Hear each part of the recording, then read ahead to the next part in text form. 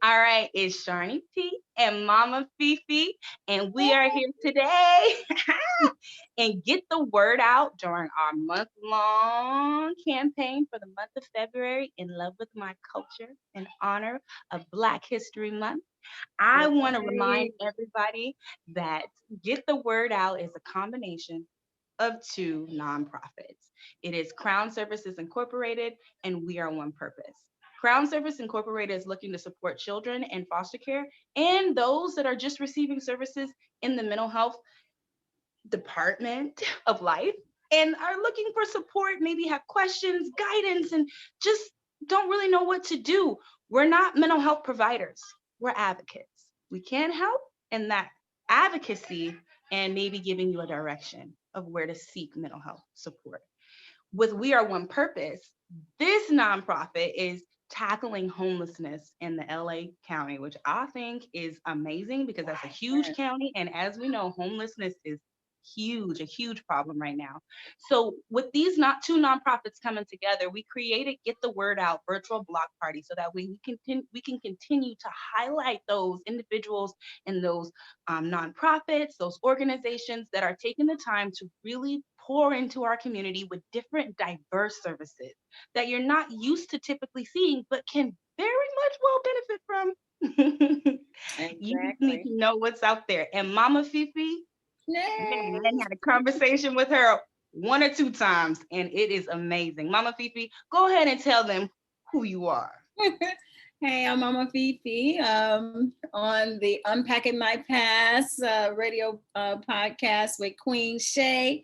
We unpack Queen Shay's life and history. And so that's how I met SharnyP. We had her on as a guest. My name is Felicia Hunt. I am ABD on my way to being doctor with marriage and family therapy. But what the hat I'm wearing right now is that I'm a certified sex coach. And I'm so proud to announce and talk about my business, which is Six Coach, which is the number six EX Coach, sex coaching services and education. So you can look me up on Facebook at 6EX Coach and find out some information there. Oh, that is awesome. That's what we're about to jump in. The topic to today is sex coaching, which I'm Yeah. excited for because I've seen like the advertisement for sex coaching, but like the first thought that comes across your head, like what they teaching you? Like what Whatever you what they want to coaching you know. on, right? What are they coaching you on? I thought that's what, what was it? What was it, health in high school? I thought that was, when you Right, had to yeah. use the You, exam. you used to have sex I thought we education had in everything we school. needed. No, Right. honey. Okay. So we about to find out some more stuff, and you're gonna learn why sex coach is a beautiful service to dive into. I'm assuming, right? Because I don't Oh, know you. most definitely. Okay, Most okay. definitely. All right. So before we jump into that, Mama Fifi, I want to ask you Mhm. kind of like $1 million question with your services. What is your goal, your overall goal? Like if today you were looking back and all of your businesses have launched exactly the way you wanted to, Mhm. what changes would you see in the community? Well, I think the most important thing is that people know who they are because what my motto is there's only one disease, and that is not knowing who you are. You know, Mm, like Dr. Sabi used to say, there's only one health disease, inflammation. I say mhm, there are only one mental health disease, and that's not knowing who you are. Because when you navigate in the world, there's a lot of things that we carry with us, and sometimes we don't know that we're carrying things that don't belong to us. Sometimes we're being triggered. And so if we tap in to who we are, I think it clears up a lot of the stress, the anxiety, the depression, all mhm, those diagnostic things, even though in the coaching field, we do not diagnose anyone. We don't come from that paradigm. We are a sex positive people, you know, coaches, we're sex positive, and we help people with all types of relationships, whether it's family, your children, your significant other, if you're having any body dysfunctions, trauma. My focus is a lot of sexual assault and trauma and generational curses. I delve into a lot of that with people coming from a cultural perspective. So my goal is, if I can look out into the world and if I help anybody, I'm helping them. This is my new trademark, I hope, is well-being for life. I love that. That's a No more well-being. Band-Aids. No more Band-Aids. It's well-being for life. Right. I like that. It's saying that I'm gonna do the things that I need to make sure I'm well. And Yes. okay, that's awesome. I didn't know sex coaching could do all of that. Was, a sex coach could help you Well, in that many different areas. we're born in our sex, whatever Mhm. that is. I don't care if you pick a pronoun now and, whatever you subscribe to today, that's what you're born in. So Mhm. it's very important. It's mind, body, and spirit. So we're born in that. So Mhm. it's very important to take care of that. It's a very, integral part of being a human being, is being in relationship. Okay. So you explained to us what a sex coach is and what a sex coach does. Okay, so now my favorite part, we're about to jump into these questions because I didn't Google. Now I got a few of my own. I'm sprinkling my curiosity here and there, but I'm gonna say I Googled most of these. I ain't gonna tell you which one's mine. Okay. That's okay. That's okay. Confidential, keep it secret, Right. It's Okay. like someone wants to know, but it's not you. Someone wants to know. Right. So one of the first questions that popped up that sex coaches usually get is, am I normal? So have you had this question? Am I normal? Yeah, I mean, a lot of time, people come with different curiosities about different things about their sexuality. And I say, yes, you're normal. That's what being sex positive is all about. It's not about, um, labeling, is not about discouraging. It's acceptance, meeting a person where they're at and helping them unpack what it is to be that thing, 100%. So yes, you are normal. Whatever thoughts you have are normal. We just have to make sure no harm is involved, everything is safe, so, but yeah, That's what awesome. is gonna be And I think normal then? it's normalizing that question, and it ties back to that goal of yours is, yes, you're normal. You need to figure out who you are. Let's help you find who you are, and everything that you like, everything that you don't like is normal for you. That's your normal. Yeah, find your normal. Right. Exactly. Okay, so the next question is somebody wants to know, Somebody. can I learn to orgasm? Oh my goodness. There are, a lot of women who've been in intimate relationships who have never experienced an orgasm. Sometimes it's due to trauma. Sometimes it could be, some sort of medical um, diagnosis as well.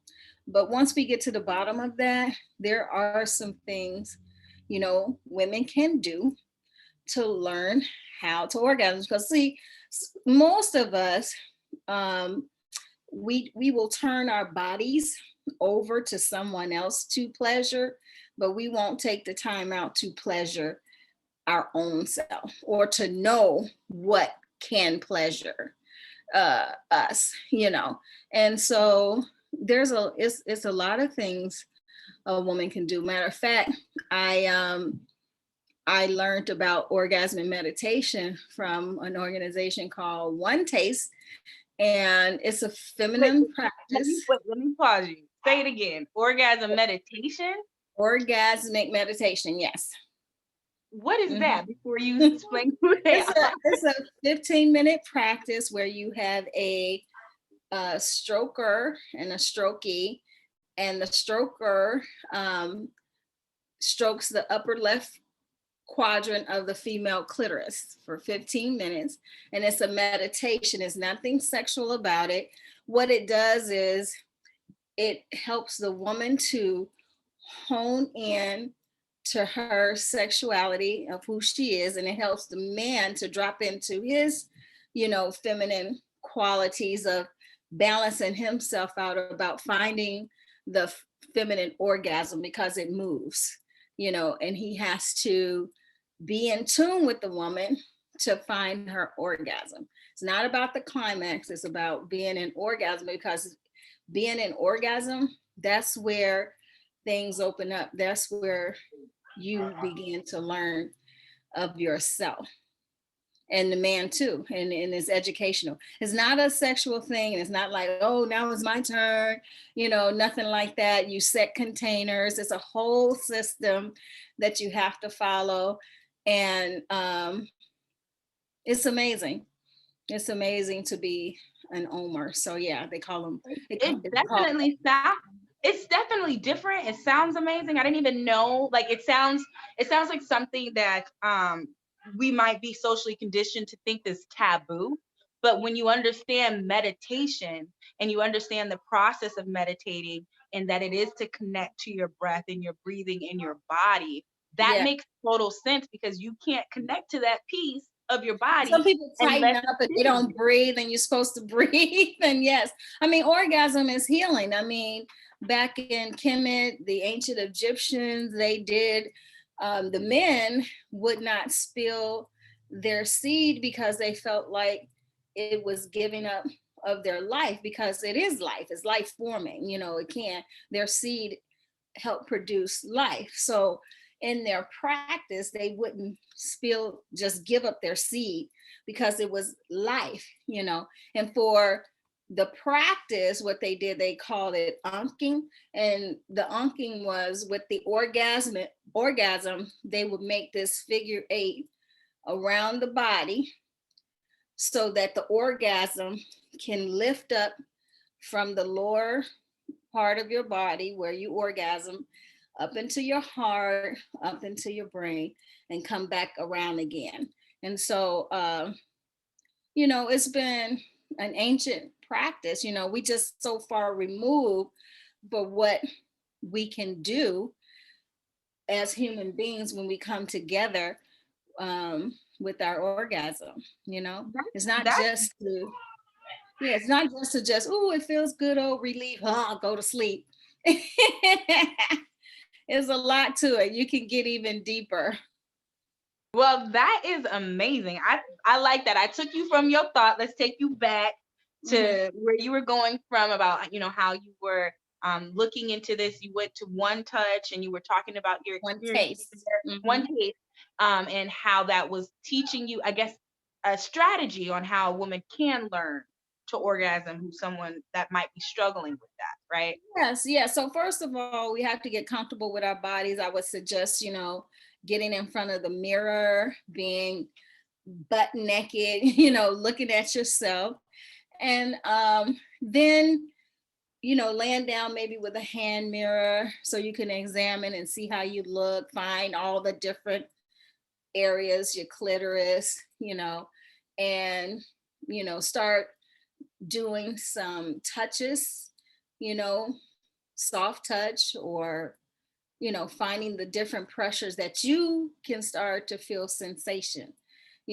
Sometimes if you're using a toy sometimes take some of the pressures, natural pressure away. So when somebody touches you, they don't have the same pressure like a toy.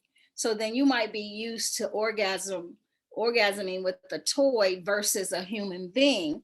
And so therefore you have to get used to the different touches, right? And be sensitive to that, because you can program yourself to just orgasm using certain objects, and so you want to be able to be more sensitive to the human touch, right? Different pressures, right? They also have, if you're going to use toys to help you, which is okay with the different levels of vibration, with the vibrators. You can also start with that and just start finding those areas and points that stimulate you. Sometimes we're in our heads. Sometimes we have too much chatter that don't allow us to sink in and become one with our bodies to orgasm. Sometimes it could be as a result of having some sort of traumatic experience that you might think that part of your body is off limits. It could be sometimes depending on how you were raised in your family, if they taught you that, sex was bad and, keep your legs closed and all these other things, and you might have some sort of construct about it that keeps you from orgasm. We just have to figure out what that is. When you come see a coach, we just figure out what that is. And then we just start building a plan, an action plan, so that the person can begin to do some sort of, practice, being hydrated, and eating right helps a lot with orgasm because it takes, it's from the blood, it's from your blood. It's like orgasm, filters through the part of your body and it takes a lot of blood. So you have to be hydrated, you have to be healthy. You can't have a lot of stuff on your mind unless it's a, real serious, medical problem or issue. There should be no reason why anyone should not have an orgasm. Right. So it's sounding like normalizing the process of sex. I think sometimes, with social media and Hollywood stereotypes, they kind of take out the process of sex and we kind of get jumping to that Into intercourse it. part. Yeah, and some people just think that's the way it is. And then, some people are left like, is that all? Like, Right. He got his or whatever. Right. The case may be. And it's like you left holding the bag, like, wait a minute. I waited all this time, to break my virginity or whatever. And then it's like, right. Is that it for real? And then some people live life, for years, a lifetime sometimes, thinking that that's it. That's just like the way it is. Yeah. So that leads me to the next question that's here on my list. How can I have my partner orgasm? Maybe they're orgasming and they're struggling to get their partner. What does someone do in that situation? So, if we're sticking to the binary of male and female, and so are you talking in terms of female to male? We're talking in terms of whatever you want to explain, because this was a question that was asked. How do I have a partner orgasm? So you let me know which one you want to tackle. I have no preference. Well, it just all depends on how open. Say, for instance, the woman and the man is trying to please the woman, and he might want to have oral sex with her. She might think that's nasty. She might think that's dirty or something. So you have to understand where people are at in their sexual experiences. It's like, what were they taught? What wasn't taught to them, right? And then here you come, you want to be in relationship with the person, and then you want to introduce some ideas, and they could be totally closed to it.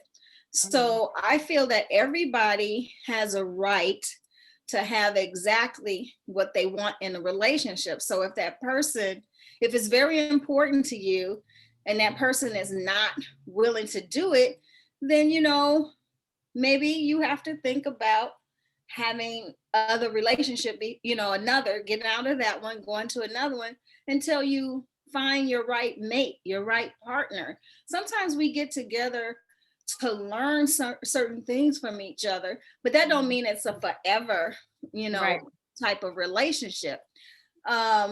Because we deserve to have what we desire, and we'll get into that because that's part of my program, teaching people how to live in their desire 100%. And so, so then when the man wants to satisfy the woman, you got to have some conversation. You got to be willing to be vulnerable, right? You got to be willing to be vulnerable and, talk about those things that, may have you stuck. And so that's first, because you can't get anywhere with anyone who's saying no, because if you force yourself, then you're assaulting or raping somebody, and you don't want to do that. So that's definitely not going to help you in getting them to orgasm. Well, it might, there has been stories, your body is supposed to respond a certain way, but afterwards, that's not how you want to welcome someone into something new. No, because even, so here's the thing behind sexual assault and rape. The thing that is so traumatic about it is because in the act, even though you don't want it and you're resisting it, your body function naturally, and it will get lubricated. It'll cleanse. It'll go through all, the processes naturally. So, and so by it doing that, that's where the guilt come in, because they like, I know I don't want this, but my body is reacting to this. That's because it's an automatic system that kicks in. And the attacker also uses it. See, you wanted it. See, I knew you wanted it. Right. And use it against you because you're getting wet. No, you're touching me in this way. And my body is just responding naturally to this. No, I don't want this.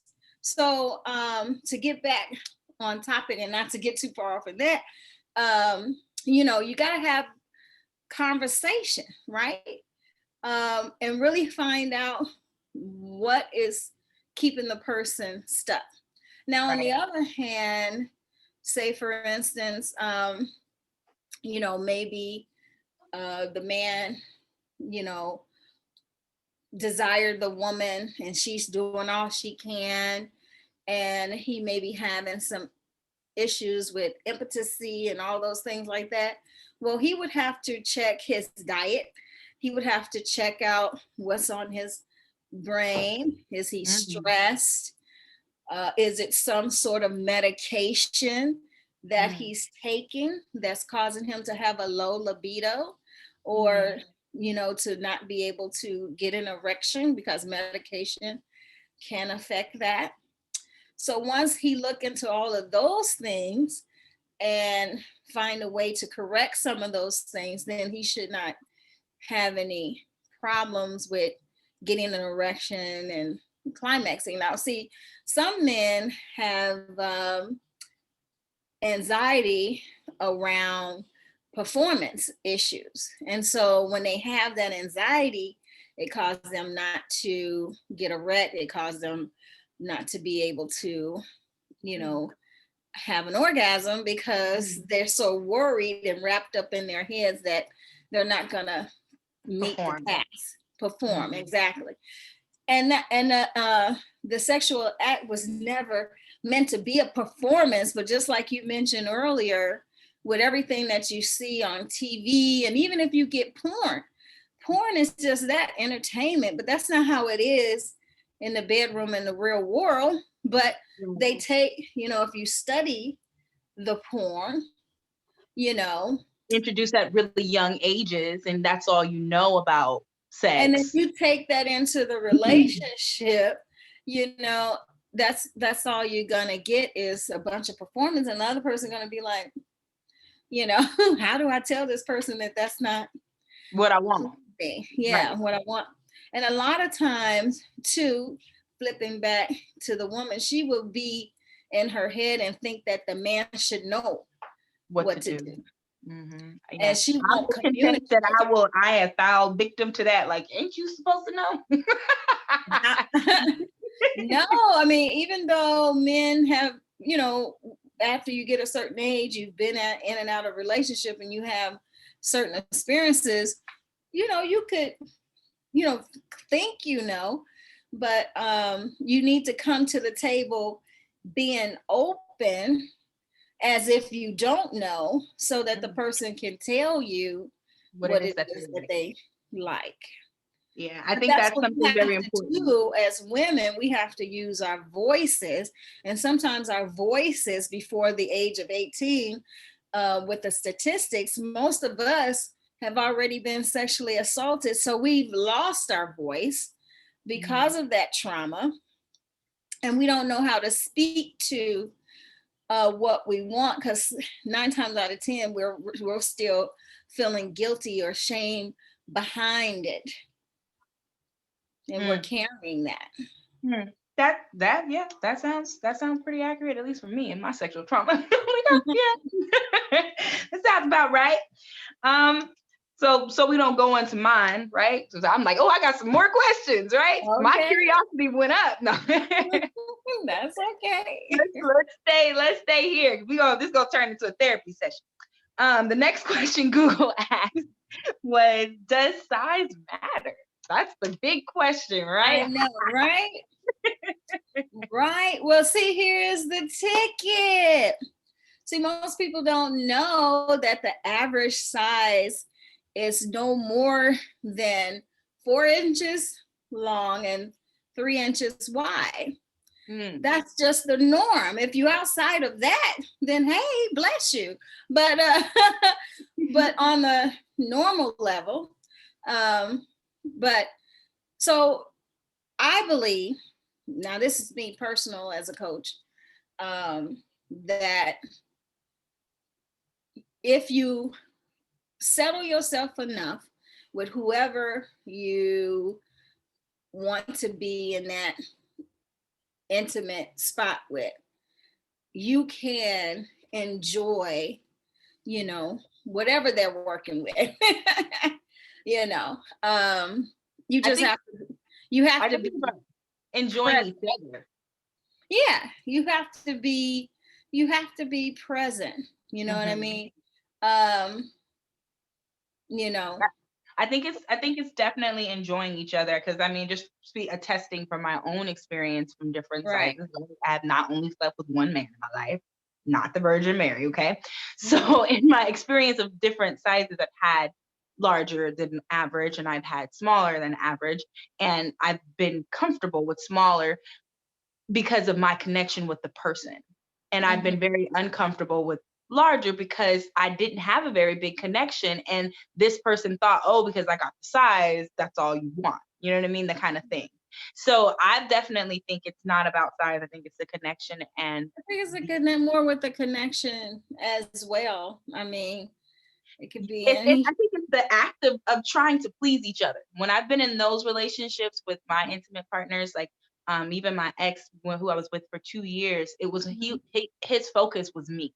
How do I make you comfortable? How do I make you, so I know that it's for me, I think it's just about you guys enjoying each other, and then you take the pressure off of size. In actuality, dude, if you're worried about your size, just do a whole bunch of foreplay, in my opinion. That's my opinion. I'm not a sex coach. By the time she get done doing all of that, she ain't worried about the size. So here's the deal. That goes with the performance issue men carry. If, like you say, if they took the time out to take a breath and go in as a servant, like, how can I please you, right? And not with the agenda of, I have to please, that creates the anxiety, which then, creates bad performance. It might create bad performance for that person. But if you go in like collecting data or exploring your woman like she's an experiment, like, oh, what happened if I do this, and what happened if I do that, and and take all that data in, then of course the lovemaking would be better, much better, because you're not going in like, I know what to do, And vice versa for the women. We have to be open in that sense, because bringing up that whole thing of like thinking oral sex from or female oral sex to a man is Mhm. nasty. It's having that how like this is a person's pleasure, being open to explore that if this is a person that you love and this is a person that you want to, I guess, marry and be with for a long time. I feel like it's such a cliche to be like, oh, I don't like that. That's it. Go. You know what I mean? It's like, well, how do we compromise? When you learn to how to be your servant, it's a give and take. You have to learn how to be served, and you Right. also have to learn how to serve Sure. others. Yeah, Yes. So exactly. yeah, It I is a found give and take. It is. all right, cool. We getting through this. The next one says, all right, my mate doesn't want to have sex with me no more. What do I do? That's the Oh, yeah. question. What do I do when my mate doesn't want to have sex with me anymore? So here we go. If we stick it to the binary, sometimes if it's a woman, she could be going through, depending on how old she is, she could be going through some hormonal issues that causes her to have a low libido and Mhm. really don't feel like having sex. Now that's something I would say, go get that checked out to rule out. So we have to rule out a lot of things that happen physically with the body first. So I Uh, think I want to pause right there and take away from like what you're saying is, why doesn't my mate want to have sex with me anymore? It doesn't necessarily have to be an issue of lack of love or interest in no, your it mate. doesn't. It could be a physical It issue going sure on. can. And they don't know how to talk about it and they don't know how to express that. And so the first thing you might think is, oh, they don't love me anymore. Oh, they cheating on me and all this Mhm. other stuff. And it might not necessarily be true, Right, right? right, It just right. might not be true. Now, we have other senses. We can see, we can hear. You have to take in all those other factors. It's like, have they stopped doing other things for you? Are they paying attention to someone else more than you? Mhm. Have their patterns changed in terms of, the relationship, and how you keep things going? Now you're getting into, maybe there's some other issues um, that are definitely going on that could be causing that person to lose interest and not have sex. It's the same thing on the man side. How is he taking care of himself? Is he abusing himself? Have he gotten himself to the point to whereas he have low to no desire in some shape, form, or fashion? Is his work job stressful? I mean, we're going through this pandemic right now, and I'm pretty sure people are going through all kinds of things because have lost their jobs, you know, uh, worried about a lot of things. How they're going to pay bills, how they're going to eat, feed the family, all of that. And so, of course, the libido is going to go down, you And know. I know from my own experience that my own sex drive goes down when my mental illness symptoms are higher. So when my depression is higher, when I feel like my body dysmorphia symptoms are higher, when I feel like my PTSD symptoms are, any one of those symptoms start To um rise.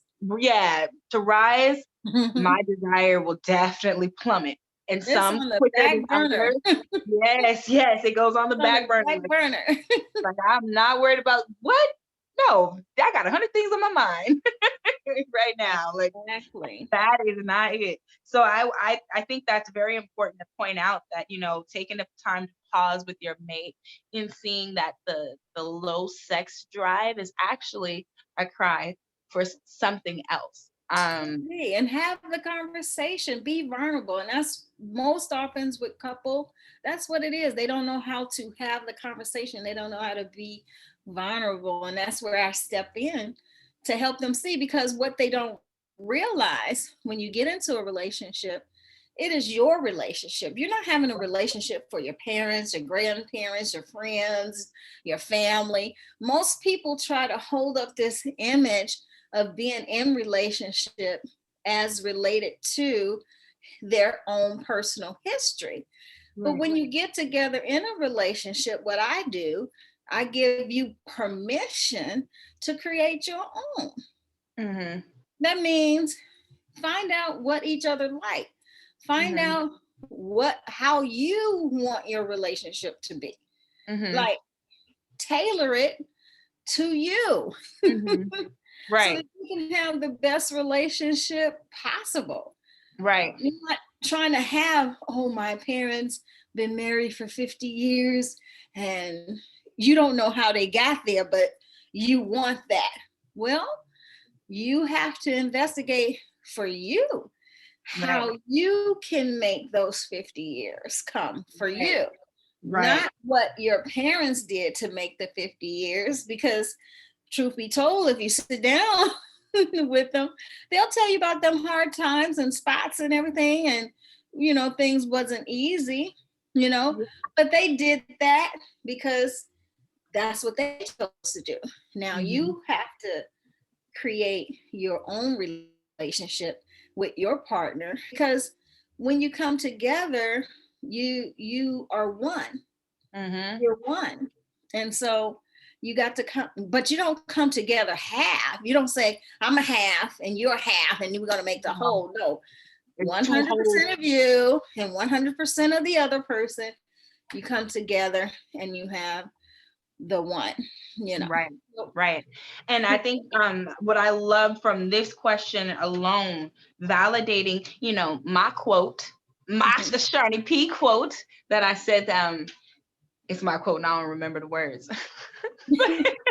Okay. But it's along the lines of behavior, that there is no good or bad behavior. There is only human behavior that requires specific human responses. So even when we're looking at my mate not wanting to have sex with me anymore, that's not a good or bad thing. That is a human behavior desperately looking to say, hey, something's not right. Either I need help in mental health, or I need to have my body looked at, or I need to have my thoughts slowed down.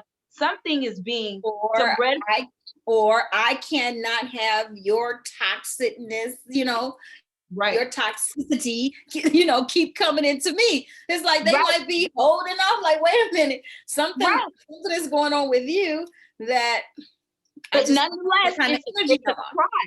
It's still that cry of like, we need Nevertheless, to have a conversation. There right, needs to be another looking lens, not right, necessarily in the relationship. Let's get our our magnifying glasses out and start looking around and saying, wait a minute, what is right, going on? right. But now that we have got through all those questions, and trust me, this is Sex Coach, we can have tons of questions, right? We could be here all day. But I think it would be nice to let people know, what should they have or be prepared when they decide to go for their first sex coaching session. Well, what we do an intake so we can get to know each other. We want to know a little bit about you, your history, and then we want to make sure that we are a good fit, for each other. So basically, that's the first step, is to build a history, to getting to know one another. And then from there, we'll start, whether it's an individual session or couple session. I will find out what's the main issue that's going on with the person, or the couple. Once we discover that, then there will be some sort of action plan put together that the client can work on while they're away. And then when we come back the next session, check in and find out how things are going. And we just repeat that until we reach the desired goal that the client wants, just help them reach their potential of being the best human being that they want to be. And I think that's amazing. I think highlighting the fact that, what I took from all of that, y'all got to be open. She asking everything, come with it all, because you don't bring it, it's only doing you a disservice. I think sometimes people try to, I know in my practice, I keep saying practice. I'm not practicing yet, Charnel, you ain't licensed. Almost. But There you in go. my experience, Right. Right. in my experience, Mm-hmm. provide doing mental health services, Mm-hmm. I thought it was funny when I would come across families that would lie or stretch the truth about what was going on, even though I could see it. And it's like, well, I leave. I go home and I got to go home and deal with my own kids, or my own family. When I come here and I give my time to you, you need to come with what you got, because now you got somebody that's going to sit side by side and push you through your goals. And I think I want to encourage transparency when they come to a sex coach. Be ready to be transparent. I think someone said about they want to know about your STDs if you had any, If your you your have any. sexuality, if you experimented, if you didn't experiment, if you wanted to Yeah. experiment, you You know. know, you know, a lot of things, what are you into, the BDM community, or, the gay and lesbian community, and all all the other alphabets. It's like we need to know, because there's certain coaches that focus on certain things, and if I'm not the best fit, then I'm going to refer you to who I think is the best fit for you. All right. And see, that's exactly why you want to make sure you're dropping all that good knowledge down. So that way, if Mama Fifi is not someone that can help you today, she can still help you by telling you where to go. And at least you didn't even have that information. Okay. Exactly. So, all right, Mama Fifi, let them know where they can find you at again. Just so they know. Now they know what they need. Let them know where they can go. All right. Well, you can look me up on my Facebook page, which is the number 6EX Coach. That's sex coaching and sex education services. And you can also email me at Felicia Hunt at sixcoach.life. And that's how you can reach me. And I would like to say that I'm launching my 6 weeks program, which is Living in Desire 100%. And I'm starting off with women who feel isolated or trapped, and they want to turn over a new leaf and live in their desires and get the outcome that they deserve as the queens that they are. so, Hi, so Queen. look for that. That information is on my Facebook page. You know, everything is coming up. My website will be up. So look for that. It still will be Six Coach. But yeah, to get all that information, and you can sign up any week. So it doesn't matter. Just come on in. And I'm very excited about this program because it is about, like I said, well-being for life. Well-being No for more life. band-aids, like well-being. Yes. Well-being for life. You don't Yeah. even have to play who's that Mary J song? Just one of them days. Right. We gonna keep Right. that song, Mary J. Bring that other one. What's that one I can't think of the name of it, but I'm can't it's gonna kill me. It's gonna happen as soon as we press end Oh my record. God. I But know, that's all right? we have for today. Maybe, well, you know what I'm gonna do? Just so I can say that I summed it up, I'm gonna put it at the end of this video. Exactly. The song. Let's lead us on out of here. Yes, I'm gonna have the song "Lift Us On Out of Here." It's a Mary J. Blige, beautiful, happy song. Um, something about her life. She living it. It's gonna kill me because it's one of my morning songs. But anyway, the word is out about Mama Fifi, and Mama Fifi, I'm gonna let you know you are always welcome back. I am trying to Of get you to course. come back, Of and we would course. love to dive into all Yes. the knowledge and wealth of information that you have. I welcome you and welcome you back. This word is out, but please bring another one. Okay. I will. And just to say, also, you can catch me on Z100thebeat.com from Unpacking My Past with Queen Shay on Saturdays, 4 p.m. specific time, PST. And that is an amazing podcast. I was honored to be a guest one time. And it was the information again that Mama Fifi's putting out there for you guys just to pick from, but the vulnerability that Queen Shay is taking you through her past is you're able to learn from her and her story as well. If you are a podcast listener, tune in. It's worth listening. Okay. The word is out on that too. Say it again so they know where to go. That is Z100thebeat.com. All right. The word is out. All right. Good night, y'all. Or goodbye. Thank you, SharnyP. Thank you, Mama Fifi.